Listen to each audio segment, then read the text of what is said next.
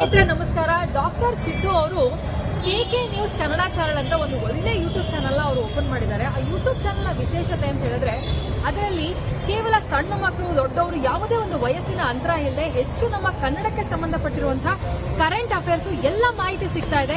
ದಯವಿಟ್ಟು ಹೆಚ್ಚಿನ ಸಂಖ್ಯೆಯಲ್ಲಿ, ಅದರಲ್ಲೂ ನನ್ನ ಯುವ ಸ್ನೇಹಿತರು ಹೆಚ್ಚಿನ ಸಂಖ್ಯೆಯಲ್ಲಿ ಯೂಟ್ಯೂಬ್ ಚಾನೆಲ್ ನ ಸಬ್ಸ್ಕ್ರೈಬ್ ಆಗಿ ಫಾಲೋ ಮಾಡಿ ಹೆಚ್ಚು ಕನ್ನಡ ಪರ ಜ್ಞಾನವನ್ನ ಬೆಳೆಸ್ಕೊಳ್ಳಿ ಅಂತ ಹೇಳೋದಕ್ಕೆ ಇಷ್ಟಪಡ್ತೀನಿ. ನಾನು ನಿಮ್ಮ ನಿರೂಪಕಿ. ಕರ್ನಾಟಕ ಜನ ಆರೋಗ್ಯ ಚಳವಳಿ ಸನ್ಮಾನ್ಯ ಮುಖ್ಯಮಂತ್ರಿಗಳು, ಕರ್ನಾಟಕ ರಾಜ್ಯ ಸರ್ಕಾರ, ಬೆಂಗಳೂರು. ಮಾನ್ಯರೇ, ವಿಷಯ ವಿಜಯಪುರ ಜಿಲ್ಲೆಯಲ್ಲಿ ಸರ್ಕಾರಿ ಖಾಸಗಿ ಸಹಭಾಗಿತ್ವದ ವೈದ್ಯಕೀಯ ಶಿಕ್ಷಣ ಸಂಸ್ಥೆ ಮತ್ತು ಜಿಲ್ಲಾ ಆಸ್ಪತ್ರೆ ಹಸ್ತಾಂತರದ ಕುರಿತು ಜಿಲ್ಲಾ ನಾಗರಿಕರ ತೀವ್ರ ವಿರೋಧದ ಕಾರಣ ಸರ್ಕಾರ ತನ್ನ ನಿರ್ಧಾರವನ್ನು ಹಿಂಪಡೆಯುವುದರ ಕುರಿತು ವಿಜಯಪುರ ಜಿಲ್ಲೆಯಲ್ಲಿ ತಮ್ಮ ಸರ್ಕಾರದ ನಿರ್ಧಾರದ ಸರ್ಕಾರಿ ಖಾಸಗಿ ಸಹಭಾಗಿತ್ವದ ವೈದ್ಯಕೀಯ ಶಿಕ್ಷಣ ಸಂಸ್ಥೆಯ ಸ್ಥಾಪನೆ ಮತ್ತು ಜಿಲ್ಲಾ ಆಸ್ಪತ್ರೆಯ ಹಸ್ತಾಂತರವನ್ನು ವಿರೋಧಿಸಿ ಜಿಲ್ಲೆಯ ನಾಗರಿಕರು ಸರ್ಕಾರಿ ವೈದ್ಯಕೀಯ ಕಾಲೇಜು ಸ್ಥಾಪನಾ ಹೋರಾಟ ಸಮಿತಿ ಅಡಿಯಲ್ಲಿ ಕಳೆದ 2 ತಿಂಗಳಿಂದ ಅನಿರ್ದಿಷ್ಟ ಹೋರಾಟವನ್ನು ನಡೆಸುತ್ತಿದ್ದಾರೆ. ಇದು ತಮ್ಮ ಗಮನಕ್ಕೆ ಬಂದಿರಬೇಕೆಂದು ನಂಬಿದ್ದೇವೆ. ಆದರೆ ತಮ್ಮಿಂದಾಗಲಿ ವಿಜಯಪುರದಲ್ಲಿ ಜಿಲ್ಲೆಯ ತಮ್ಮ ಸರ್ಕಾರದ 6 ಶಾಸಕರಾಗಲಿ ಯಾವುದೇ ಪ್ರಕ್ರಿಯೆ ನೀಡದಿರುವುದು ನಮಗೆ ಬಹಳ ಬೇಸರ ತಂದಿದೆ. ಈ ಮಾದರಿಯ ಸರ್ಕಾರಿ ಖಾಸಗಿ ಒಪ್ಪಂದಗಳು PPPಯಲ್ಲೂ ಯಶಸ್ವಿಯಾಗಿಲ್ಲ. ರಾಯಚೂರು ಜಿಲ್ಲೆಯ ರಾಜೀವ್ ಗಾಂಧಿ ಸೂಪರ್ ಸ್ಪೆಷಾಲಿಟಿ ಆಸ್ಪತ್ರೆಯನ್ನು ಅಪೋಲೋ ಸಂಸ್ಥೆಗೆ ಹಸ್ತಾಂತರಿಸಿದಾಗ ಮಾಡಿದ ನಂತರ ಅಲ್ಲಿ ಹಣಕಾಸಿನ ಅಕ್ರಮಗಳು, BPL ಕುಟುಂಬಗಳಿಗೆ ವಂಚನೆ ಮತ್ತು ಆರೋಗ್ಯ ಸೇವೆಗಳ ನಿರಾಕರಣೆ, ಕಳಪೆ ಮಟ್ಟದ ಆರೋಗ್ಯ ಸೇವೆಗಳು ಇತ್ಯಾದಿ ಸಮಸ್ಯೆಗಳನ್ನು ಕುರಿತು ಸರ್ಕಾರದೇ ಮೌಲ್ಯಮಾಪನ ಸಾಬೀತುಪಡಿಸಿತು. ಉಡುಪಿ ಜಿಲ್ಲೆ ಸರ್ಕಾರಿ ಆಸ್ಪತ್ರೆಯನ್ನು BR ಶೆಟ್ಟಿ ಅವರ ಕಂಪನಿಗೆ ಹಸ್ತಾಂತರ ಮಾಡಿದ 9 ವರ್ಷಗಳಾದರೂ ಉಡುಪಿ ಜಿಲ್ಲೆಯ ಆಸ್ಪತ್ರೆ ಹೊಸ ಕಟ್ಟಡದ ಕೆಲಸ ಪೂರ್ಣಗೊಂಡಿಲ್ಲ. ಇವೆಲ್ಲವೂ ತಮಗೂ ತಿಳಿದಿರುವ ವಿಷಯಗಳೇ.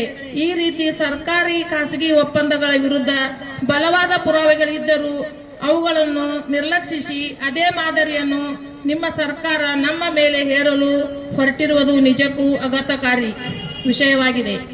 ಖಾಸಗಿ ಆರೋಗ್ಯ ವಲಯದಿಂದ ಯಾವ ಸಾಮಾಜಿಕ ಒಳಿತು ಆಗದಿದ್ದರೂ ಸರ್ಕಾರಿ ಆರೋಗ್ಯ ವ್ಯವಸ್ಥೆಗೆ ಸೇರಬೇಕಾದ ನಮ್ಮ ತೆರಿಗೆ ಹಣವನ್ನು ಖಾಸಗಿ ಆರೋಗ್ಯ ವಲಯಕ್ಕೆ ನೀಡುವುದು ಎಷ್ಟು ಸರಿ? ಸರ್ಕಾರಿ ತೆರಿಗೆ ಹಣವನ್ನು ಸರ್ಕಾರಿ ಆರೋಗ್ಯ ವ್ಯವಸ್ಥೆಗಾಗಿ ಮಾತ್ರ ಬಳಸದೆ ನಾಡಿನ ಜನರು ಆರೋಗ್ಯಕ್ಕಾಗಿ ಈಗ ಖರ್ಚು ಮಾಡುತ್ತಿರುವ ಪ್ರಮಾಣ ಕಡಿಮೆ ಆಗುವುದರಲ್ಲಿ ಯಾವುದೇ ಸಂದೇಹವಿಲ್ಲ. ಈ ಮಾದರಿಯ ವೈದ್ಯಕೀಯ ಶಿಕ್ಷಣ ಸಂಸ್ಥೆಗಳ ಕಾರಣ ಬಡ, ದಲಿತ, ಆದಿವಾಸಿ, ಹಿಂದೂಗಳ ಜನಾಂಗಗಳ ಮಕ್ಕಳಿಗೆ ವೈದ್ಯಕೀಯ ಶಿಕ್ಷಣದ ಈಗಿರುವ ಅಲ್ಪ ಅವಕಾಶವನ್ನು ಕೂಡ ಕಣ್ಮರೆಯಾಗುತ್ತದೆ. ವೈದ್ಯರಾಗಬೇಕೆನ್ನುವ ನಮ್ಮ ಮಕ್ಕಳ ಕನಸು ನುಚ್ಚು ನೂರಾಗುತ್ತದೆ. ಸಂವಿಧಾನಬದ್ಧ ಹಕ್ಕಾದ ಉಲ್ಲಂಘನೆ ಕಾರಣವಾಗುತ್ತದೆ. ಈ ರೀತಿ ವೈದ್ಯಕೀಯ ವೃತ್ತಿ ಉಳ್ಳವರು, ಶ್ರೀಮಂತರು, ಬಲಾಢರು, ಕಪಿಮುಷ್ಟಿ ಸೇರಿ ಆರೋಗ್ಯ ಸೇವೆಯು ಮತ್ತಷ್ಟು ವ್ಯಾಪಾರೀಕರಣಕ್ಕೆ ಇಳಿಯುತ್ತದೆ. ವೈದ್ಯರುಗಳು ಸರ್ಕಾರಿ ಆರೋಗ್ಯ ವ್ಯವಸ್ಥೆಯನ್ನು ಸಂಪೂರ್ಣವಾಗಿ ಕೈ ಬಿಡುತ್ತಾರೆ. ಯಾವುದೇ ನಿಯಂತ್ರಣವಿಲ್ಲದ ಖಾಸಗಿ ಆರೋಗ್ಯ ವಲಯಕ್ಕೆ ಶರಣಾಗತಿಯಾಗುವ ದುರಂತ ಪರಿಸ್ಥಿತಿ ತಲುಪುತ್ತದೆ.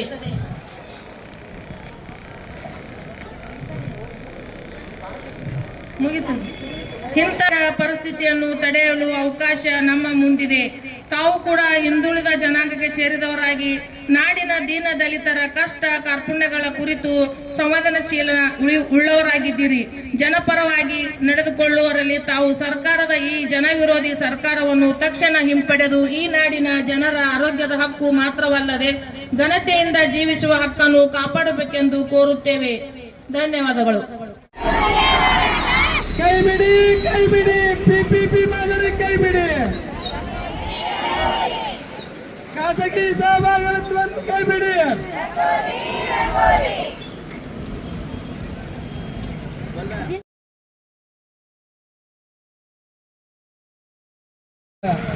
ತಾಯಂದ್ರಲ್ಲಿ, ಸಿಸ್ಟರಲ್ಲಿ, ಸಹೋದರರೆಲ್ಲ ವಂದಿಸುತ್ತಾ ಇವತ್ತು ಸಂಪೂರ್ಣ ಸರ್ಕಾರಿ ವೈದ್ಯಕೀಯ ಕಾಲೇಜು ಹೋರಾಟ ಸಮಿತಿಯು ವಿಜಯಪುರದಲ್ಲಿ ಅನಿರ್ದಿಷ್ಟ ಧರಣಿ ಆರಂಭಿಸಿ ಇಂದಿಗೆ 61 ದಿನಗಳು ಮುನ್ನಡೆಯುತ್ತಿದೆ. ಈ ಒಂದು ಸಂದರ್ಭದಲ್ಲಿ ನಮ್ಮ ಮೂಲಭೂತ ಹಕ್ಕುಗಳಾದಂತಹ ಆರೋಗ್ಯ ಮತ್ತು ಶಿಕ್ಷಣ ಅತ್ಯಂತ ಮುಖ್ಯ. ಈ ಒಂದು ನಿಟ್ಟಿನಲ್ಲಿ ನಾವೆಲ್ಲರೂ ನ್ಯಾಯಯುತವಾದಂತಹ ಬೇಡಿಕೆಯನ್ನು ಹೋರಾಟ ಮಾಡಿ ಪಡೆದುಕೊಳ್ಳುವಂತಹ ಅನಿವಾರ್ಯ ಪರಿಸ್ಥಿತಿ ಇಂದು ನಮ್ಮ ರಾಜ್ಯ ಸರ್ಕಾರದಲ್ಲಿ, ನಮ್ಮ ರಾಜ್ಯದಲ್ಲಿ, ನಮ್ಮ ಜಿಲ್ಲೆಯಲ್ಲಿ ನಡೆಯುತ್ತಿದೆ. ಇದು ಒಂದು ಖಂಡನೀಯ ವಿಷಯ. ಈ ಒಂದು ನಿಟ್ಟಿನಲ್ಲಿ ಮೊಟ್ಟ ಮೊದಲು ಹೋರಾಟ ಸಮಿತಿಯು ಖಾಸಗೀಕರಣ ಮಾಡುತ್ತೇನಂತ ಶಬ್ದ ಬಂದ ಕ್ಷಣ ಮುಖ್ಯಮಂತ್ರಿಗಳು ಬಾಗಿನರ್ಪಣೆಗೆ ಆಲಿಮಟ್ಟಿಗೆ ಬರುತ್ತಿದ್ದರು. ಅದೇ ಸಮಯದಲ್ಲಿ PPP ಮಾದರಿ ನಮಗೆ ಬೇಡ, ಸಂಪೂರ್ಣ ಸರ್ಕಾರಿ ಸ್ವಾಮಿತ್ವದ ಕಾಲೇಜ್ ಆಗಬೇಕು, ಆಮೇಲೆ ಸರ್ಕಾರಿ ಆಸ್ಪತ್ರೆಯಾಗಿಯೇ ಉಳಿಯಬೇಕು, ಖಾಸಗಿಯವರ ಹಸ್ತಕ್ಷೇಪ ಯಾವುದೇ ರೀತಿ ನಮ್ಮಲ್ಲಿ ಭಾಗಿಯಾಗುವುದು ಬೇಡ ಅಂತೇಳಿ ತಕ್ಷಣ ವಿಜಯಪುರದಲ್ಲಿರುವಂತಹ ಹೋರಾಟ ಸಮಿತಿ ಒಕ್ಕೂಟದಿಂದ ಮುಖ್ಯಮಂತ್ರಿಯವರಿಗೆ ಅವರು ಏನು ಘೋಷಣೆ ಮಾಡಿದ 4 ದಿನಗಳೊಳಗಾಗಿ ಮಾನ್ಯ ಮುಖ್ಯಮಂತ್ರಿಗಳಿಗೆ ನಾವು ಮನವಿಯನ್ನು ಸಲ್ಲಿಸಿದ್ದೇವೆ. ಅದಾಗಿಯೂ ಕೂಡ 2 ತಿಂಗಳವರೆಗೆ ನಮ್ಮನ್ನು ಹೋರಾಟ ಸಮಿತಿಯನ್ನು ಹೋರಾಟಗಾರರ ತಾಳ್ಮೆಯನ್ನು ಪರೀಕ್ಷಿಸುತ್ತಿರುವ ಈ ಸರ್ಕಾರದ ನೀತಿಯನ್ನು ನಾವು ತೀವ್ರವಾಗಿ ಎಲ್ಲ ಮಹಿಳಾ ತಾಯಂದಿರ ಜೊತೆಗೂಡಿ ಇವತ್ತು ಖಂಡನೆಯಿಂದ ರಂಗೋಲಿ ಚಳವಳಿ ಸರ್ಕಾರದ ವಿರುದ್ಧ ಮಾಡುತ್ತಿದ್ದೇವೆ. ಎಲ್ಲರೂ ಸರ್ಕಾರಕ್ಕೆ ಮೂಲಭೂತ ಹಕ್ಕುಗಳನ್ನು ಹೋರಾಟದ ಮೂಲಕ ನಾವು ಪಡೆದುಕೊಳ್ಳುವ ಅನಿವಾರ್ಯತೆ ಬಂದಿದೆ ಎನ್ನುವ ಆತಂಕದಲ್ಲಿ ನಾವು ಒಂದು ಮೊಟ್ಟ ಮೊದಲು ಕಪ್ಪು ಬಾವುಟ ಪ್ರದರ್ಶನ, ಕಪ್ಪು ಬಟ್ಟೆ ಪ್ರದರ್ಶನ, ತದನಂತರ ವಿಜಯಪುರ ಜಿಲ್ಲೆಯಲ್ಲಿ ಪಂಜಿನ ಮೆರವಣಿಗೆ, ವಿಜಯಪುರ ಜಿಲ್ಲೆ ಅಷ್ಟೇ ಅಲ್ಲದೆ ಎಲ್ಲ ತಾಲೂಕುಗಳಲ್ಲಿ ಮಾನ್ಯ ತಹಶೀಲ್ದಾರರ ಮುಖಾಂತರ ಸರ್ಕಾರಕ್ಕೆ ನಮಗೆ ಸಂಪೂರ್ಣ ಸರ್ಕಾರಿ ಕಾಲೇಜನ್ನು ವಿಜಯಪುರದಲ್ಲಿ ಮಾಡಿ ಖಾಸಗೀಕರಣವನ್ನು ಕೈಬಿಡಿ ಅಂತೇಳಿ ಎಲ್ಲ ಸಹೋದರಿಯರ ಸಮಕ್ಷಮದಲ್ಲಿ ಎಲ್ಲ ತಾಲೂಕುಗಳಿಂದ ಮುದ್ದೇಬೇಳಾಗಿರುವ ಬಸವನ ಬಾಗೇವಾಡಿ, ಆಲ್ಮೇಲೆ, ಇಂಡಿ, ಸಿಂದಗಿ, ಬಬಲೇಶ್ವರ ಎಲ್ಲ ತಾಲೂಕುಗಳಿಂದ ಮಾನ್ಯ ತಹಶೀಲ್ದಾರರ ಮುಖಾಂತರ ಸರ್ಕಾರಕ್ಕೆ ಮುಖ್ಯಮಂತ್ರಿಯವರಿಗೆ ಮನವಿ ಸಲ್ಲಿಸಿದ್ದೇವೆ. ಅದಾದ ನಂತರ ನಾವು ಅತಿ ಹುರುಪಿನಿಂದ ಆಚರಿಸುವ ದೀಪಾವಳಿ ಹಬ್ಬವನ್ನು ಈ ಹೋರಾಟ ಸಮಿತಿಯು ಕರಾಳ ದೀಪಾವಳಿ ಎಂದು ಆಚರಣೆ ಮಾಡಿತು. ಇಷ್ಟಾರ್ಥಿಯಾಗಿಯೂ ಸರ್ಕಾರ ಯಾವುದೇ ರೀತಿ ನಮಗೆ ಘೋಷಣೆಯನ್ನು ಮಾಡದಿದ್ದಾಗ ಸ್ವತಃ ನಾವೇನು ಹೋರಾಟ ಸಮಿತಿಯವರ ಜೊತೆಗೂಡಿ 200ರಿಂದ 250 ಜನರು ರಕ್ತವನ್ನು ತೆಗೆದು ರಕ್ತ ಸಹಿ ಚಳವಳಿ ಆಂದೋಲನವನ್ನು ಮಾಡಿ ರಕ್ತದಿಂದ ನಮ್ಮ ಸಹಿಯನ್ನು ಮಾಡಿ ಜನ ಸರ್ಕಾರದ ಮುಖ್ಯಮಂತ್ರಿಗಳಿಗೆ ಸಲ್ಲಿಸುವ ಒಂದು ಕಾರ್ಯ ಕೂಡ ನಡೆಯಿತು. ರಕ್ತ ಸಹಿ ಆದ ನಂತರ ಇವಾಗ 1 ಲಕ್ಷಗಳ ಪತ್ರ ಚಳವಳಿಯನ್ನು ಮಾಡುತ್ತಿದ್ದೇವೆ. ಈಗಾಗಲೂ ಮೊನ್ನೆ ಮುಖ್ಯಮಂತ್ರಿಗಳಿಗೆ 30,000 ಪತ್ರಗಳು ತಲುಪಿದ್ದಾವೆ. ಇನ್ನು ಪತ್ರ ಚಳವಳಿ ಮುನ್ನಡೆಯುತ್ತಿದೆ.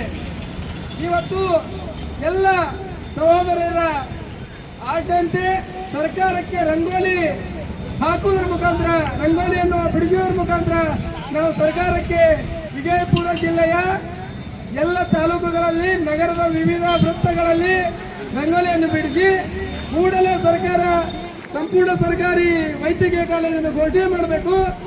ಅದರ ವಿರುದ್ಧ ನಾವು ಚಳವಳಿಯನ್ನು ಹಮ್ಮಿಕೊಳ್ತೀವಿ ಅಂತೇಳಿ ಸಮಿತಿಯವರ ಗಮನಕ್ಕೆ ತಂದು ಇಂದು ನಗರ ಮತ್ತು ಎಲ್ಲ ತಾಲೂಕುಗಳ ವಿವಿಧ ಸ್ಥಳಗಳಲ್ಲಿ ರಂಗೋಲಿಯನ್ನು ಹಾಕುವ ಮುಖಾಂತರ ಸರ್ಕಾರಕ್ಕೆ ಎಚ್ಚರಿಕೆಯನ್ನು ನೀಡುತ್ತಿದ್ದಾರೆ.